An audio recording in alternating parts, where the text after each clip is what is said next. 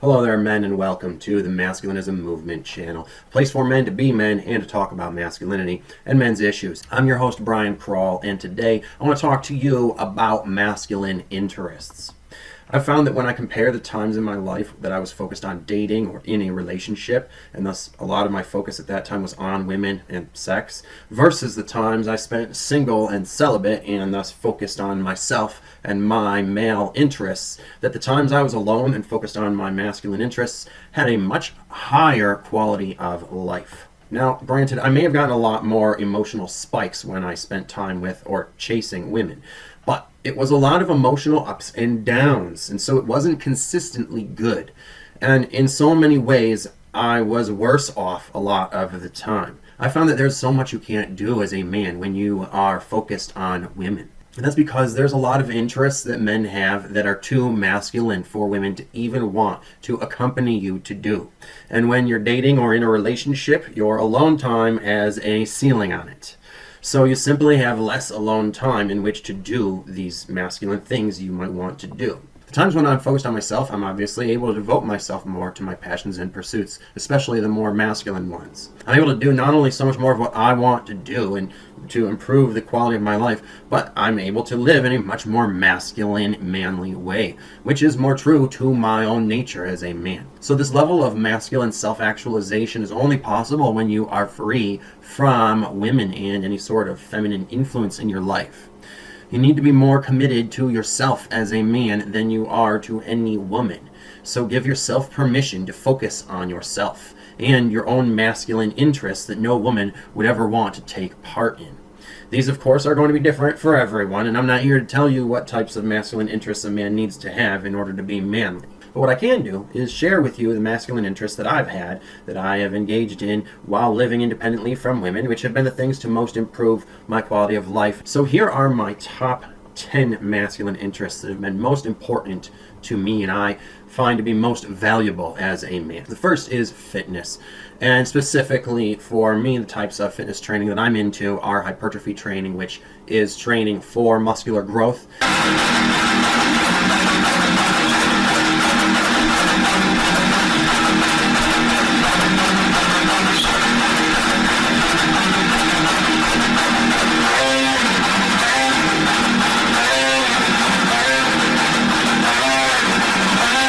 And I'm also very into the nerdy research and exercise science side of it, specifically the fitness programming and periodization side, which is more done for athletic performance. And I'm also into endurance training, such as biking and swimming in the summer, and certain sports, namely like, outdoor ones you play at the park or beach during the summer, right? And I'm also into the study of physical health and fitness and physiology as it pertains to health. And I think that fitness is an important interest and value for men to have. And while I value it, I can't say to you that, you have to value fitness as a man and be fit in order to be manly or masculine or whatever. However, weakness is certainly unbecoming of a man. It is not masculine, it is feminine. And you really do need to be physically strong to get by in the world in certain situations, right? So, at least a modicum of fitness for self-defense purposes is necessary. I think it's important for every man to be able to handle himself when need be, right? Because there is no value or virtue in being a weak man who, can just get victimized, right? There's just no virtue in that. Calling yourself a pacifist or peaceful is not an excuse for being weak and unable to protect yourself and those you love, right? So you need at least to be fit enough to be able to handle yourself in a volatile situation. And you also need to be healthy at a certain level in order for your chemistry to be right as a man, for you to have more testosterone than estrogen, and for you to live a long life as a man, obviously. Health is important and something that I really believe people should value. Well, I believe in it. I believe in health and fitness and value these things and find them to be masculine virtues in my life. I can't tell you that you should, but it would certainly behoove you to at least get a modicum of fitness in your life. And if you would like to learn how to do it yourself when it comes to programming fitness routines, be sure to check out my Fitness Programming 101 channel, which I'm linking below and is also on the homepage of this channel. And if you would like a professional trainer to do your programming for you so that you can reach specific goals that you have, be it building muscle or losing fat or getting in athletic shape for a certain sport or increasing your max lifts and possibly even becoming a competitive lifter or whatever it may be, contact me at the email address below, because I offer fitness programming for any sorts of professional or non-professional athletic purposes. But moving on, number 2 is culinary art and healthy diet. And for me, I'm a very indulgent, sensual type of person. Basically, I'm kind of hedonistic like that when it comes to food especially.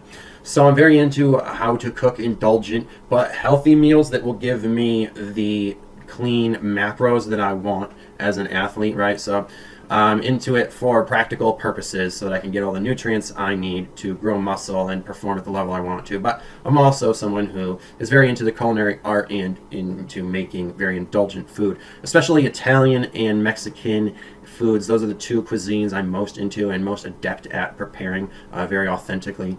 But I'm also into Asian and Indian cuisines. My favorites are vegetables like eggplant, mushrooms.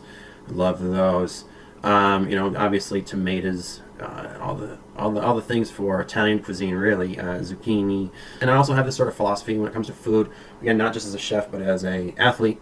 I consider food to be medicine. So proper nutrition for me is not just about eating something that tastes good. It's about this is the best way to be physically the way you want to be, right? And feel the way you want to feel in your body. And it contributes not only to good physical health, but good mental health as well, as does fitness. And if you'd like to see me show you how to cook an amazing lamb, goat, and vegetable stew with medicinal herbs and spices, click the link below to watch the video I did on that. But moving on, number 3, something that also does contribute to good mental health and is very therapeutic is music. I've always been super into music. I'm one of the types of people who likes to get super immersed in a song, and thus in order to do that I always have to have really good stereo equipment. And I'm a musician as well. I've learned to play a number of instruments and I sing too, but specifically my 2 biggest instruments that I practice the most and am most passionate about are electric guitar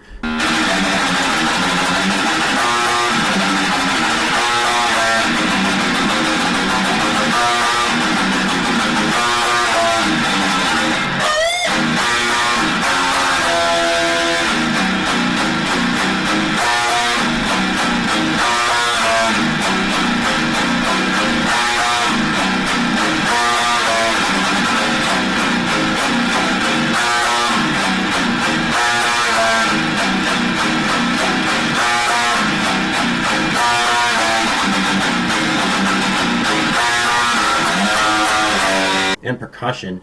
I used to collect different types of percussion, but the one that I play the most are congas.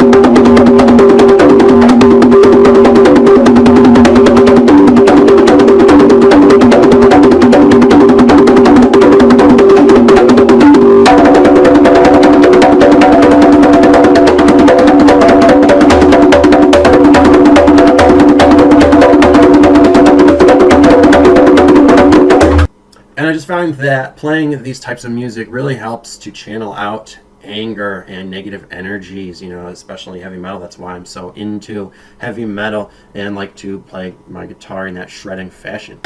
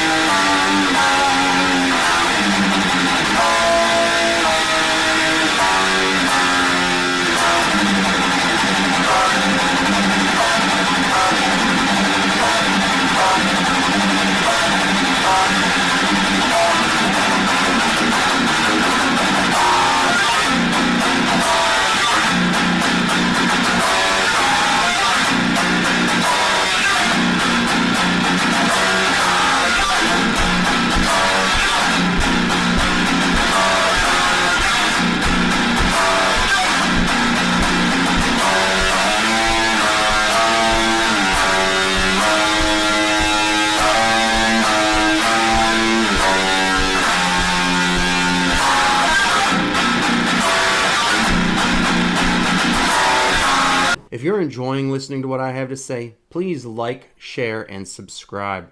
And if you feel I'm adding value to your life, you can also tip me at the PayPal link below in proportion to the amount of value added. Your support will help me be able to continue this work because the oppressive fascists at YouTube are against this kind of content and actively trying to suppress it. So it is only with the help of viewers like you that I'll be able to keep fighting the good fight against the evil fucking matriarchy. Moving on, number 4 is literature. Collecting books. This is really the only material item that I have a problem with hoarding like a woman. I tend to just have to get books every time I see a bookstore. I'm constantly ordering books online, and I don't read most of them. Luckily, now that I live alone, I'm reading so much more now that I have alone time at my behest. Whereas when I lived with girlfriends, my alone time was at their behest. Right, but yeah, I value books. I try to take some time to read every day. Right now, I'm into reading philosophy books by nihilist writers such as Albert Camus and Jean-Paul Sartre. And I'm also revisiting some of the classics of the American Enlightenment, like Henry David Thoreau. And books are something that I value not just as a reader, but I'm also a writer. And if books are something that you also value, be sure to check out the links below. I've posted the link to my personal development textbook as well as my first book on spiritual philosophy. Speaking of which, moving on, the next is philosophy and intellectual pursuits, which are a masculine type of interest. I mean, it just seems like all throughout history, philosophy has been a field for men. It has been a male value in a field dominated by men simply because women aren't interested in it. And I've always been interested in philosophy. First and foremost, there's Taoism. I highly recommend the Tao Te Ching if you're interested in spiritual philosophy. There's existentialism and Nietzsche. Right now I'm actually reading Thus Spake Zarathustra. If you're not a spiritual person but you're interested in philosophy, that's the best place to start, honestly. And of course there's Stoicism in Greece and nihilism in France. Some early psychology actually is very philosophical. But it can also be very scientific, and it's important to have some scientific, pursuits. Even if you are a spiritual person or more interested in philosophy, I think studying psychology is something all men should do. Or if not that, then sociology, which is something I prefer. I like sociology even more than psychology. And of course, men really need to be interested in things like politics and arts and culture. I feel, some men will say, oh no, these things are really more of a women's thing, like art is more of a woman's thing or whatever. Or men who act like they're too cool for politics or they're too macho for politics. I'm not interested in that. Well, that is how feminists have basically gotten power over us. I've found that intellectual pursuits are such an important and invaluable part of a man's life that really give meaning to his life. And it's something that men need, in spite of the fact that women do not seem to need these things. Men do. And they are things that I think some men are lacking these days due to social media sort of taking them away from things that are more meaningful and making their life more of a purely social and feminine type of one. It just goes to show you how intellectual pursuits and finding meaningful things in life to give your life meaning and purpose and such, and give you a life philosophy and credo to live by and such, are so important for men. I mean, because we are supposed to have some sort of man code that we live by. So these intellectual pursuits are extremely valuable. And I can't tell you which ones to value, right? It's just something you should have. It's something that is valuable for us in general. But whether you're into science or spirituality, or things like psychology or philosophy. Are you an intellectual or a philosophy nerd like me? Do you enjoy contemplating things such as the meaning of life and what is beyond the ostensible reality that we appear to be in? And what are the mysteries of the universe? Do you like to read because you're smart and don't want to become a dumb illiterate, like all the retarded NPCs out there?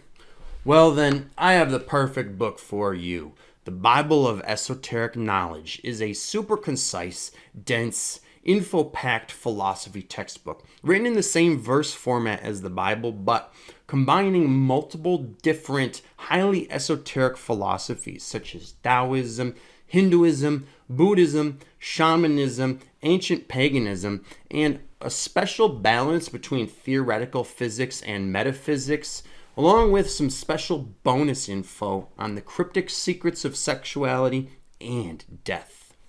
This book will stimulate your intellectual philosopher's mind like no other, especially since it's a lot shorter and easier to read than most philosophy books made up entirely of run-on sentences and never-ending paragraphs, and can be quite boring and exhaustive. Full of all the most fascinating mystical secrets of the universe, gratify your inner geek and quench your thirst for meaning with the Bible of esoteric knowledge. Get your copy at the link below for a special sale price today. Enlightenment has never been so easy.